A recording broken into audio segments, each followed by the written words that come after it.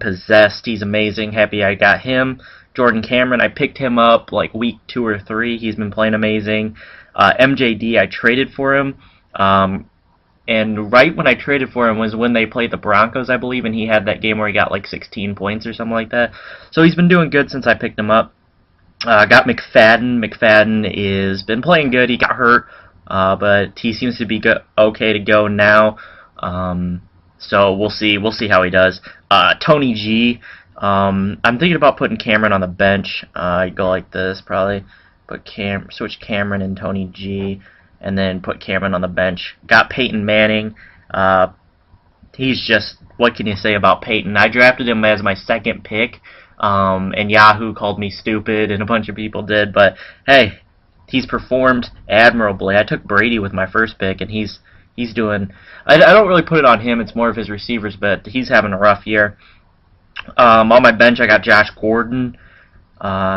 He came off of suspension, and he's been playing amazing. 11 points, that's kind of low, but I guess he's got to go up against Brandon Flowers, so that's reasonable. Dwayne Bowe, I traded for him and Dez in one trade, so Dez has worked out. Bowe, on the other hand, has not really, so that's questionable. I think I forget who I traded. I traded it was like Steve Smith for Bowe, and I forget who for Dez.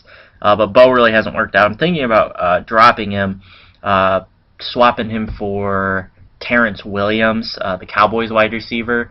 So if any of you can give me a little bit of advice, let me know if I should drop Bowe for Terrence Williams. Yeah, or anybody else on my team for Terrence Williams.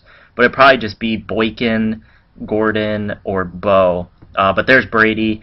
He's just sitting in there as my third quarterback for pretty much when Peyton or Vic has a bye or if one of them gets hurt.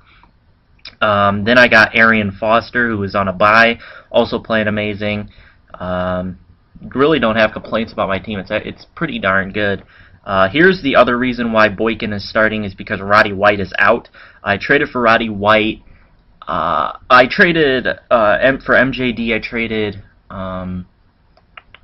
Stevie Johnson, which is kind of a bad trade, but I have plenty of wide receivers and plenty of running backs, so I thought I'd take the risk on MJD and trade for him. Then Roddy White, I traded Alex Smith for him. I traded him right before Julio Jones got injured for the season. I traded for Roddy White, so that was amazing. Lucky trade there. And I didn't need Alex Smith, as you can see. I got Brady, Vic, and Manning, so I'm all set on quarterbacks. Also got DeMarco Murray, who is questionable. I don't know if I want to play him or not, just simply because I don't know how many carries he's going to get. They got Lance Dunbar and stuff and company, so I don't know how many snaps he's going to get. It does have him projected to get 18 points. That's pretty good. I don't know. I may start him over I don't know who I want to play. And then I got Steven Jackson. I picked him up when he was injured. I thought maybe when he comes back. I picked him up the same time I got Roddy. Just thinking that maybe when he comes back, they don't have Julio, so they need to run the ball. I think, sorry, Jacquizz Rodgers has been doing pretty good, and Steven Jackson's a better running back, so I think I think he should be good when he comes back full. I'm not gonna play him this week because he is coming back his first game since week 2, so I'm gonna hold off on him. But I don't know what I want to do with Cameron. I think I might take the risk and play Murray over Cameron. I don't know. Let me know. But I think I'm going to set that as my lineup right now. My kicker is Matt Bryant. When I traded for Vic, I traded my kicker. I drafted Seabass. But I don't know. Kickers never really get me a bunch of points. The kickers that I want, like Gostowski, Prater, there's a couple. Those are the two main ones that I want. All are already taken. They were drafted way before. I draft my kicker last because I really don't care about my kicker. And then my defense, I got the Patriots defense. I drafted whose defense I draft originally? I drafted the Texans defense originally, but then I had to go with the Patriots. The Patriots defense is good, and especially now they're playing Miami. They should have a field day with sacks because the Miami Tannehill is the most sacked QB, so they should get some sacks. They forced a turnover, and I don't know how many straight games. So hopefully they'll get me a pick, maybe a touchdown. So That's good. As you can see, let's see here. Let's go to my matchup.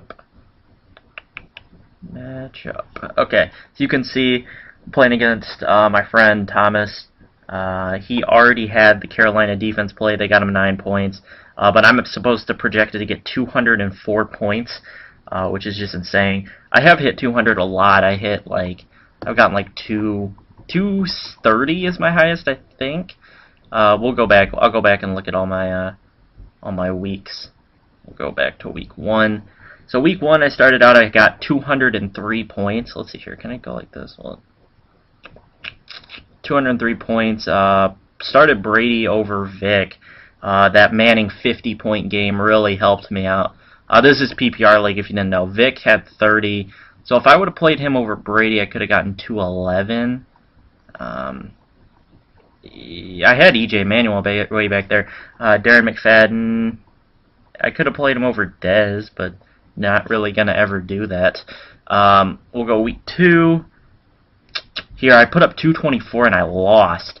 This is my only loss. I got 224. Tony G kind of let me down. My kicker and my defense let me down.